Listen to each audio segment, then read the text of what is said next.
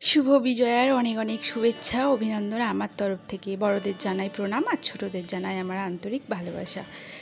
আচ্ছা, আমাদের এখানে বিজয় দশমী, আজ শুক্রবার, আর আমি এই যে ঠাকুর বরণ করতে চলে গিয়েছিলাম। আর আমি বাড়ি থেকে রেডি হয়ে ওই বিকাল 4:30 নাগাদ ঠাকুর বরণ করতে গিয়েছিলাম, কেননা আমাদের এখানে তাড়াতাড়ি ঠাকুরটা বিসর্জন করবে, কেননা আমাদের ঠাকুর না রোডে বের হয়, ওই জন্য তাড়াতাড়ি ঠাকুর বিসর্জন হয়।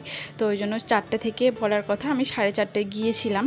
তো 4:30 গিয়ে ঠাকুর বরণ করে ঠাকুর সিঁদুর পরিয়ে তারপরে এই যে আমরা নিজেরাই একটু সিঁদুর মাখামাখি করছি। আমরা এখানে সবাই না লাল সাদা শাড়ি পরে সুন্দরভাবে সেজে গুজে এখানে ঠাকুর বরণ হয়। তোমাদের ওখানে কোথায় কেমন কিভাবে ঠাকুর বরণ হয় অবশ্যই কিন্তু কমেন্টসের মধ্যে জানিও। তো দেখো, ঠাকুর বরণ করার পর এই যে আমরা নিজেরাই একটু সিঁদুর খেলছি। আর এই দিনটার জন্য আবার আমাদের 365 দিন অপেক্ষা করে থাকতে হবে। এই দিনটা যেমনই আনন্দের তেমনই খুবই কষ্টের।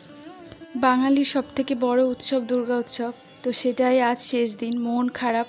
তো যাই হোক, দেখো একটা তার মধ্যে আনন্দের খবর দিই। ইনিই হচ্ছে আমাদের পাড়ার সবথেকে মোটাতম একজন ব্যক্তিনী।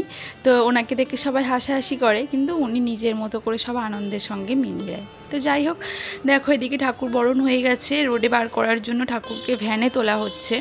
আর তার মধ্যে আমার একটা ননদ, আমরা অনেকে মিলে একটু ফটোশ্যুট করছিলাম। আর এই যে ঠাকুরকে তখনও বরণ চলছে, আর এই যে ঠাকুর এবার রোডে বেরাবে।